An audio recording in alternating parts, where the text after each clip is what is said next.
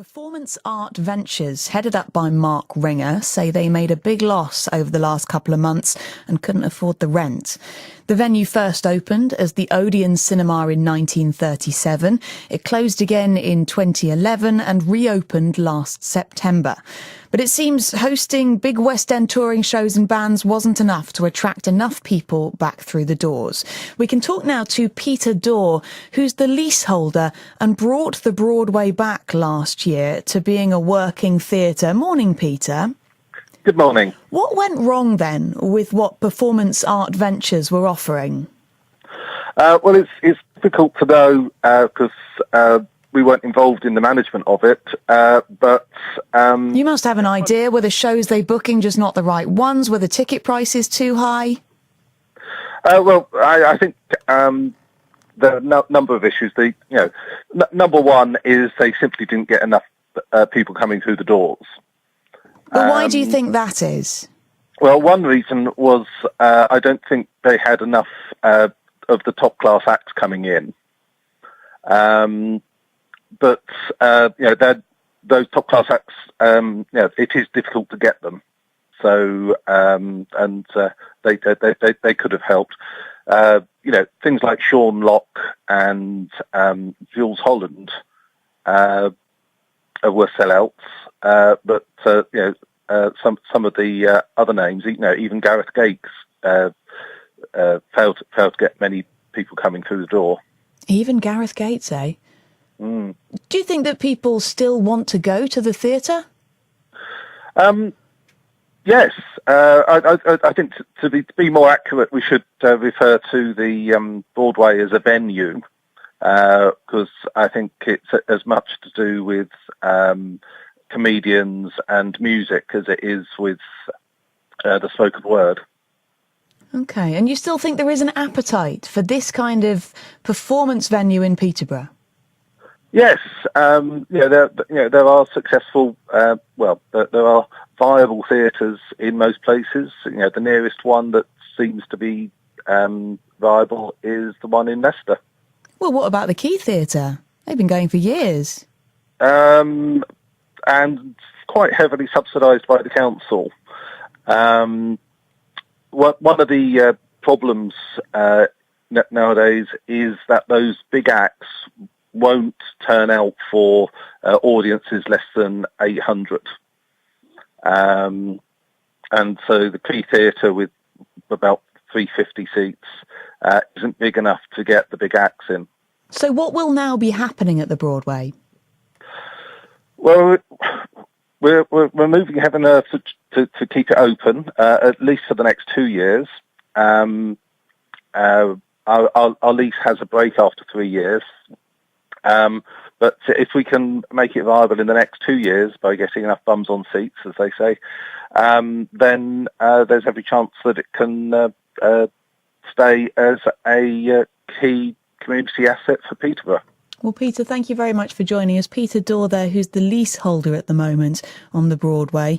Also joining us, Julian Bray, a journalist and the former general manager at the Broadway Theatre. How about that, Julian? Yes, I'm glad you dragged that up. Thank you very much, Dottie. I'm sure it was a delight when you got this call yesterday Absolutely. afternoon. I mean, you were there, when, 1997? No, I was there bang on the year 2000, 2001 when Peter Dawes sunk £11 million into the regeneration of the Broadway.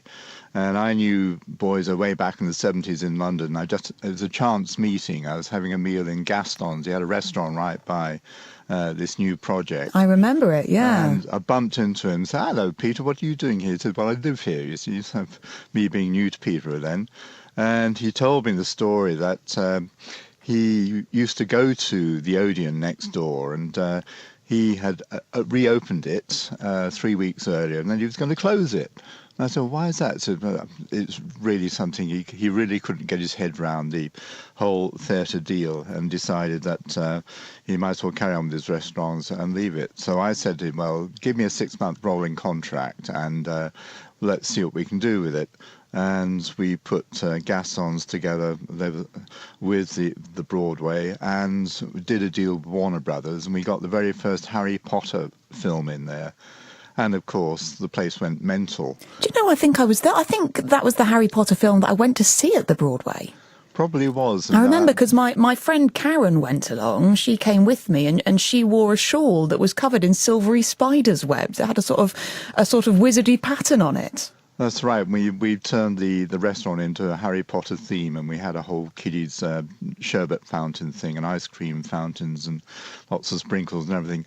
And basically, that week we actually took £24,000 in Gastons alone. And we cleared out a whole room full of popcorn. Won't give the trade name away, but when I took over, then we had this crate or this container full of popcorn, like a huge container. And said, well, how do we get rid of this? And we got rid of the whole lot in 20 minutes during the very first Harry Potter film. But of course, that was the whole point of the Odeon, because it was a cinema and a theatre. Unfortunately, there was a gentleman that took over the operational side later on, who currently ended up in jail for fraud, and he ripped out the cinema screen part of it. They had a huge cinema screen which was on a railway track, if you like, and that used to go to the side of the stage so you could have stage acts. And there were 16 channels of sound, and it was the largest screen outside of the West End of London. So without that cinema screen, Julian, in the here and now, do you think that Broadway can work? Because it's had such an up and down history. Well, not the way Peter Dawes is planning to do it. It is an absolute disaster. You've got to remember, Peter Dawes took this over when he was trying to become our mayor, so like a good PR deal, it seemed. So he set up a charitable trust, as I understand it. And it worries me when he says he wasn't involved, because the point is he is involved, because he's actually taken on the lease and he's suddenly realised he's on the hook for 3 years. It hasn't worked out with Performance Art Ventures, and I have to say there has been very little in the way of dynamic marketing. We're on the mailing list. We haven't had a mailing from the Broadway for ages. There's been no television advertising, no bus advertising.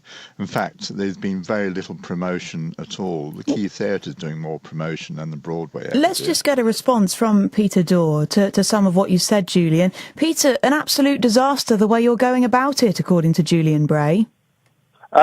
I wouldn't disagree that performance arts have done it poorly, but we handed over the management totally to performance arts, as leaseholder. What you've got to remember is that the George Alter Trust came in to a theatre that was going through planning to be converted to flats, and the price for that. Planning permission for it, though. He would have got it eventually. No, he wouldn't, because there's significant opposition to it, because it also has a cinema license as well as a theatre license. Peter, continue. It had been dark for something like 6 years, and there was no appetite in Peterborough. There was no Save the Theatre movement there. So this isn't just a vanity project that's gone too far, Peter? No. Let's say, basically, I saw a £20 million theatre at risk of becoming £5 million worth of flats, and no one willing to do anything about it. The theatre is also, I believe, the anchor tenant for the nighttime economy in Peterborough. I know the restaurants along Broadway have seen a significant improvement. Okay, Julian, forgive me, Peter, we're going to have to leave it there, I'm afraid. Thank you very much for joining us this morning. Peter Dawes, who's the leaseholder on that Broadway theatre venue, and Julian Bray joining us as well, a journalist and former general manager.